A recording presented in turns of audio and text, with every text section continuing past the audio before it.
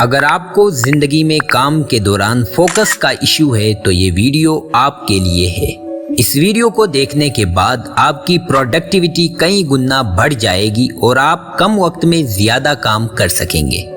کیا آپ جانتے ہیں کہ ہمارے دن کا 47% حصہ ڈسٹریکشنز میں ضائع جاتا ہے؟ ہمارے فوکس کی ویلیو شارٹ ویڈیوز کی طرح 1 منٹ کی رہ گئی ہے۔ دوستو، کام پر فوکس اور ٹائم مینیج کرنے کے تمام ایشوز کا حل آج کی ویڈیو میں ہے۔ آج ہم آپ کو کرس بیلی کی بک ہائپر فوکس کی سمری بیان کریں گے۔ اس بک کو ہم نے 5 پارٹس میں تقسیم کیا ہے۔ اس ویڈیو کو مکمل دیکھنے اور اس میں بتائی گئی چیزوں پر عمل کر کے آپ اپنی زندگی سے غیر ضروری چیزیں ختم کر کے ضروری چیزوں پر فوکس کرنے کے قابل ہوں گے۔ ویڈیو آگے دیکھنے سے پہلے نیچے دیا گیا سبسکرائب بٹن پریس کرنا مت بھولیں۔ Topic number 1، the 4 stages of hyper focus. Stage number 1، اپنی اٹینشن کے لیے کوئی پروڈکٹیو آبجیکٹ منتخب کریں۔ سب سے پہلے یہ معلوم کریں کہ آپ کیا کرنا چاہتے ہیں۔ جب آپ یہ جان لیتے ہیں کہ آپ کس چیز پر کام کرنا چاہتے ہیں تو آپ کو اس پر عمل کرنے اور ڈسٹریکشن سے بچنے میں آسانی ہوتی ہے۔ سٹیج نمبر 2، تمام ڈسٹریکشنز کو دور کریں۔ اس کا مطلب ہے کام کے دوران اپنے فون اور کمپیوٹر پر ان نیسیسری ٹیبز اور نوٹیفیکیشنز کو بند کرنا، کام کرنے کے لیے پرسکون جگہ تلاش کرنا اور غیر ضروری چیزوں سے بچنا۔ سٹیج نمبر 3، جو کام آپ کر رہے ہیں اس کو اٹینشن دیں۔ یہ مشکل ہو سکتا ہے، خاص طور پر اگر آپ فوکسڈ موڈ میں کام کرنے کے عادی نہیں ہیں، لیکن آپ جتنی زیادہ مشق کریں گے یہ اتنا ہی آسان ہوتا جائے گا۔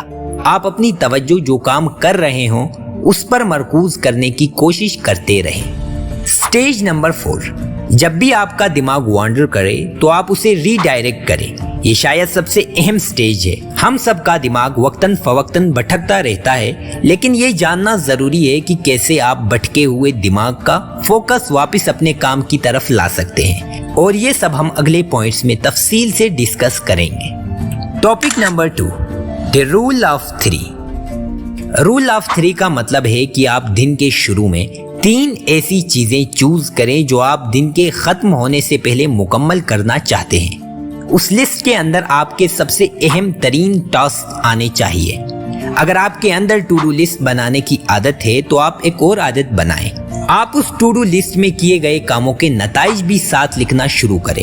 جب آپ اپنے ٹاسک مکمل کرنے کے ساتھ ساتھ یہ بھی لکھیں گے کہ اس ٹاسک کے مکمل کرنے سے آپ کی یا دوسروں کی زندگی پر کیا اثر پڑا تو آئندہ آپ کو معلوم ہوگا کہ وہ کام دوبارہ کرنا ہے یا نہیں کرنا ہے۔ سو دوستو، دن کے شروع میں 3 اہم ترین کام چنو اور دن کے آخر تک انہیں مکمل کرو۔